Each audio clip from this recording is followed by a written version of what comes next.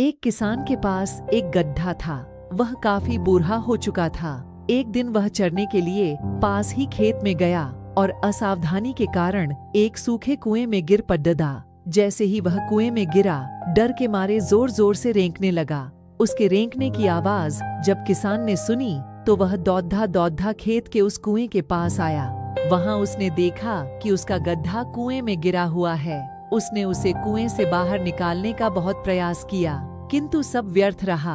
अंत में थक हार कर उसने सोचा कि इस गड्ढे को कुएं से बाहर निकालने का प्रयास निरर्थक है। वैसे भी यह गधा बूढ़ा हो चुका है, इसलिए मिट्टी डालकर इसे कुएं में ही दफना दिया जाना उचित होगा।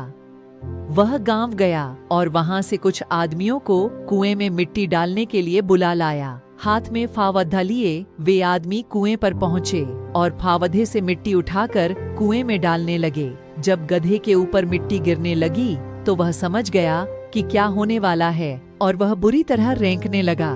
किसान ने जब उसे देखा तो उस पर उसे दया भी आई, लेकिन अब वह क्या कर सकता था। कुएं से बाहर न निकाल पाने के कारण उसने तो गधे को वहीं दफन करने का नाम बना लिया था।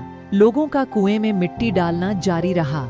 इधर कुछ देर तो गधा बुरी तरह रेंकता रहा, लेकिन फिर न जाने क्या हुआ कि वह शांत हो गया। किसान को उसके शांत होने पर हैरत हुई और उसने कुएं में झांककर देखा। कुएं में हो रहा था।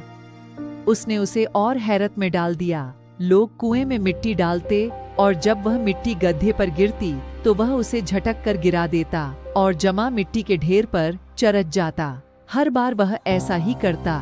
लोगों का कुएं में मिट्टी डालना जारी रहा और गधे का मिट्टी को झटक कर मिट्टी के ढेर पर चढ़ना जारी रहा।